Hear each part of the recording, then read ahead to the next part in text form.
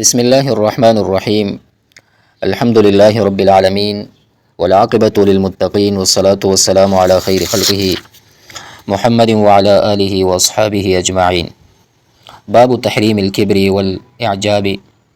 دا باب دے د ځان لوی ګڼلو او د خود پسندې د حرمت په بیان کې دی. اعجاب چې دی د خود پسندي یعنی ځان اوچت ګڼل بل کس سپک ګڼل دې ته ویل کیږي. نو کبر کول بل سپک ګڼل دا حرام کار دی. نو په دې کې به دا بیان شي چې متکبر انسان چې دی دا به جنت ته داخل نشي. تلک الدار الاخرة، دا کور د آخرت، دلته نه مراد د آخرت نه چې دی دا جنت دی. نجعلها مقررو مونږه للذین د پاره دغه خلکو لا یریدون چې نه غواړي علوا لوی فی الارض پزمکه و فساد او نه فساد، یعنی څوک چې پزمکه کې نه تکبر کوي او نه فساد جوړي. والعاقبة للمتقین، او ښه انجام دی د پاره د متقیانو، یعنی غوره انجام د خو خلکو د پاره دی. وقال تعالی، بل ځکه الله رب العزت فرمایي ولا تمشي في الارض مرحا، مگر زته فی الارض پزمکه کې مرحا په غرور سره. او بل ځکه الله رب العزت فرمایي ولا تصعر خدك للناس، ماړه خدك مخبل للناس د خلقونه. ولا تمشي او مگر ز فی الارض پزمکه کې مرحا په غرور سره. غرور خبره نه ده. ان الله بشک باری تعالی لا يحب نخو خوي كل مختال، هر لوی کون کې مغروره فخور فخر کون کې. ومعنى تصعر خدك للناس، معنا چې تصعر خدك للناس ای تميله وتعرض به عن الناس تکبرا علیه، یعنی د دې معنا دا ده چې خپل مخ د خلکو نه ماړه چې بل طرف ته مخ کې واغی ته التفات هم نه کې، نو ډیر تکبر نه غوي ته نه ګوري.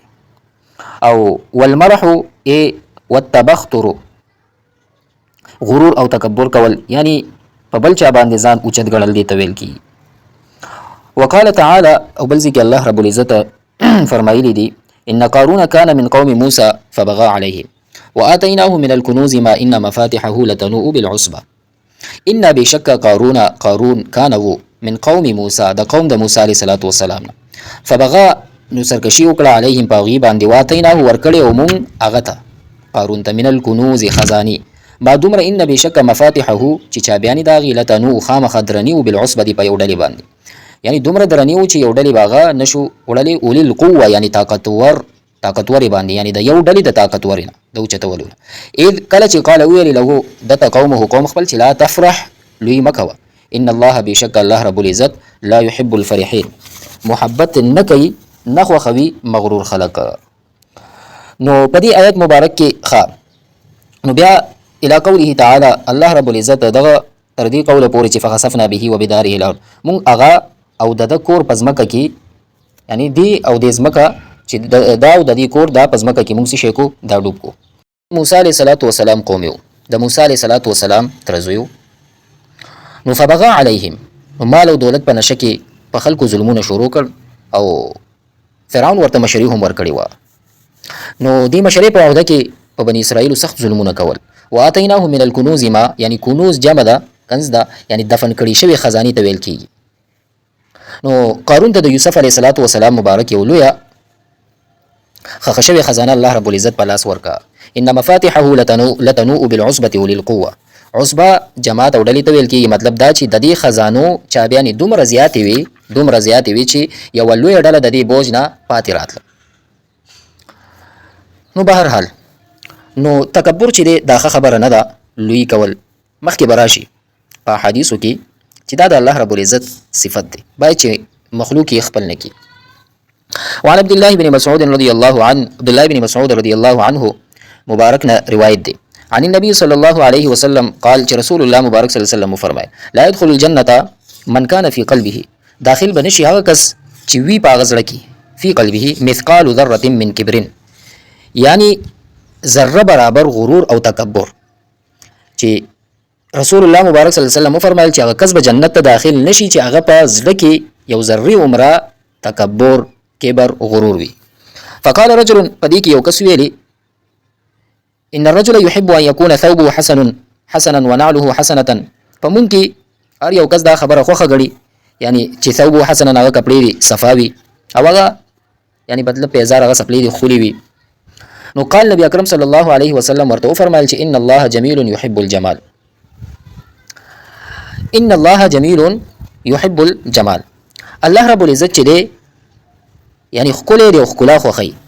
نو دلته مطلب څه شی دی چې الله رب العزت په ذات او صفاتو کې ښکلی دی، د دې صفات او کمال صفات دی. یا دا مطلب چې الله رب العزت جمیل دی یعنی جمال ورکوونکی دی. او بعضی په نسبت باندې مطلب دا دی چې الله رب العزت بندگانو ښه کارساز دی.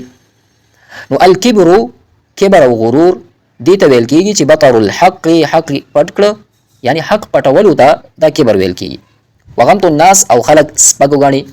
نو دلته معنا کوي بطر الحق دفعه ورده على قائله، یعنی معنا دا ده چې هر حق چې دی هغه څه شي کې پټ کړي، تر خپل لاندې کړي او حقدار ته حق ور نه کړي، یعنی هغه دفع کړي. حق خبره چې څوک کوي هغه څه شي کې هغه ته دفع کړي. لکه څنګه چې امام نووي رحمه الله د دې معنا کړی ده چې بطر الحق دفعه دفع کول د حق، ورده او رد کول علی قائله په ویونکي باندې. وغمط الناس همدا کرنګي یعنی سپک وګڼي، لکه احتقارهم سپک ګڼل، لکه څنګه چې وغمط الناس راله یعنی ذلیل قتل خلکو ته سپک ګڼل د ځان نه. نو په دې حدیث مبارک کې راله د تکبر په باره کې چې رسول الله مبارک صلی الله علیه وسلم وفرمایل چې جنت ته به داخل نشي هغه کس چې د هغه په زړه کې مثقال ذرې عمره هغه تکبر وي. نو یو کس په دې کې ویلي چې یو کس خو داسې ښه ګڼي چې هغه ښایسته جامه واچوي او ښکلې څپلې په خپو کې کړي، په هغه په زړه کې دا خیال نه وي چې زه په دې باندې په خلکو روب واچوم یا په خلکو کې مشر او تکړه ښکاره شم یا بل کوم غریب زه سپک وګڼم. نو آیا په داسې سړي باندې هم متکبر اطلاق کېدلی شي؟ نو د حدیث مطلب دا دی چې ښکلې جامې اغوستل یا ښکلې څپلې په خپو کول چې شریعت منع کړي نه وي نو دا جایز دي، دې کې بیا هېڅ خبره نشته. اوس تکبر ګورئ، دلته بیا حدیث مبارک وی چې الکبر بطر الحق وغمط الناس، یعنی حق خبره نه منل، حق خبره غورځول، خلک سپک ګڼل، دې ته کبر وایي. مطلب دا چې کبر دې ته وایي چې انسان حق خبرې نه لري شي او حق او صداقت نه سرکشه شي او بیا دا کس چې نور خلک هم سپک ګڼي. مخکې به چې دو قومونو په منځ کې فیصله وه نو یو کس ته به ښه پته وه چې زه په دې خبره کې به ناحقه یم، نو چې هغه به نه منله نو خلکو به وایي چې دا بل کس چې دی دا په تکبر کې دی. څه شی کې دی؟ دا په تکبر کې دی. وعن سلمة بن الأكوع رضي الله عنه أن رجلا أكل عند رسول الله صلى الله عليه وسلم بشماله فقال كل بيمينك لا أستطيع.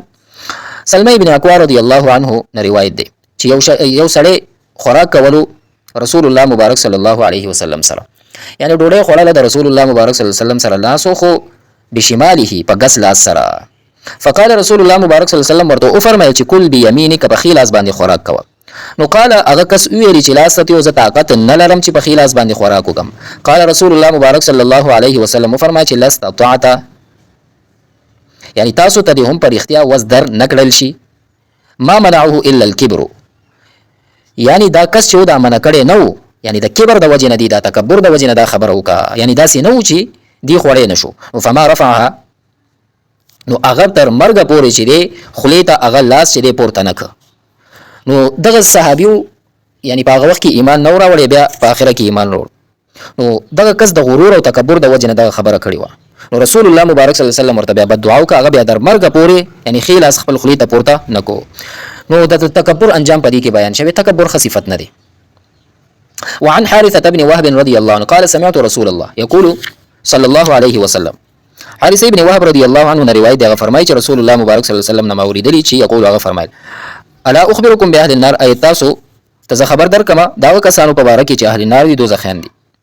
بدجبه، فاش خبرې کوي، جواد، بدخوی، بد اخلاق، مستكبرین یعنی تکبر کوونکي. متفق علیه وتقدم شرحه فی باب ضعفة المسلمین. دا حدیث اگر که مخکې تیر شوی دی خو لیکن مصنف رحمه الله دلته یو ځل بیا راوړو. نو ځکه یې راوړو چې تکبر یو داسې مضموم صفت دی چې په دې سره انسان د جهنم مستحق ګرځېږي. نو که یو کس غواړي چې زه جهنم ته لاړ شم نو تکبر دی کوي، دا دومره بد صفت دی دا تکبر. نو بهرحال وعن ابي سعيد الخدري رضي الله عنه عن النبي صلى الله عليه وسلم قال، ابو سعید خدری رضی الله عنه مبارک راوی د حدیث ته چې رسول الله مبارک صلی الله علیه وسلم وفرمایل چې احتجت الجنه والنار، جنت او جهنم په خپل منځ کې تنازع وکړه. فقالت النار في الجبارون، نو اور ویلی فیا پما کې چې الجبارون متکبر خلق بوي، یعنی جبارون والمتکبرون یعنی ظالمان او والمتکبرون او متکبرین بداخليږي. وقالت الجنه او جنت سو ویلی چې فی ضعفاء الناس ومساکینهم، ما ته به کمزوري او مسکینان خلک داخلي. فقد الله بینهما د دواړو جګړه چې وا په دوی کې الله رب العزت څه شی وکړه فیصله وکړه. نو انک انک بشکته الجنه جنتی نو رحمتي زما رحمتي ارحم ز رحم کوما جنت الله رب العزت او فرمایل چې ز رحم کوما بکی ستاپا وسیله باندې اشاء چې چاته ز وغواړم یعنی ستاپا ذریعہ سره ستاپا ذریعہ معنا بخرازي یعنی جنت وی چې ای جنت ته زما رحمتي ستاپا ذریعہ په هغه چا رحم کوم چې زما خوخوي. وانک او ته النار اور عذاب زما عذاب اعذب بکی من اشاء ته زما عذاب چاته چې ورکول غواړم یعنی چاته چې عذاب ورکوم ستا په ذریعہ بزاغه معذب کړم عذاب به ورته ورکم. ولکلیکما علی ملؤها او زه تاسو دواړو به ډکوما یعنی په ما باندې دي دا ډکول څه دي دا ډکول په ما باندې دي چې زه تاسو دواړه ډکوم جنت ته ویلي او جهنم ته ویلي. دا حدیث مبارک هم مخکې ذکر شوی. نو دلته مصنف علیه الرحمه بیا د باب د مناسبت د وجنه راوړو. نو تکبر یو بد صفت دی. نو بهرحال د جنت او جهنم مکالمه دلته شوی ده. وعن ابي هريره رضي الله عنه ان رسول الله صلى الله عليه وسلم قال ابو هريره رضي الله عنه مبارک راوی دا حدیث دی چې بشک رسول الله مبارک صلی الله علیه وسلم فرمایلی لا ينظر الله نبه ګوري الله رب العزت یوم القیامت په ورځ د قیامت الی من جر ازاره بطرا هغه چا طرف ته یعنی الله رب العزت نظر برحمت بنه کوي. لا ينظر الله يوم القيامه د قیامت په ورځ الی من جر ازاره بطرا چې خپل صادر ته تکبر د وجه نزان پسې راکاږي یعنی الی من هغه چا طرف ته جر چې راکاږي ازاره د تکبر د وجه. یعنی رسول الله مبارک صلی الله علیه وسلم او فرمایل چې د غرور او تکبر د وجه نه پنسي که یو کس هغه څه شي کوي هغه لاندې سادي حرام کار دی. د غرور او تکبر نیت وی پدې کې دا به څه شي دی دا تکبر د وجه نه به دا جهنم ته ځي. او که یو کس د غرور د وجه نه دا نه کوي تکبر نیت نه دی نو بیا هم دا څه شي دا مکروه تحریمی دی. او که څه عذر وینو بیا عذر کې خو عفو ده. نو بهرحال دا بد صفت دی.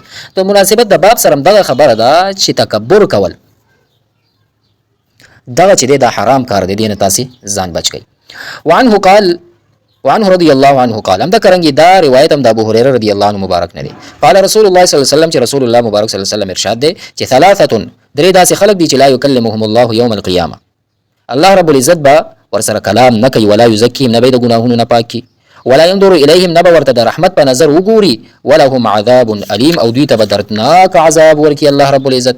تقدیر کسان کم یو دي شیخ زان یعنی بوډا زناګار سړی ځکه الله رب العزت دې سړی ته زیات عذاب ورکی. اگر که یو کس ځوان وي یعنی ځوان او بوډا دوانو ته دا زنا کول دا حرام کار دی.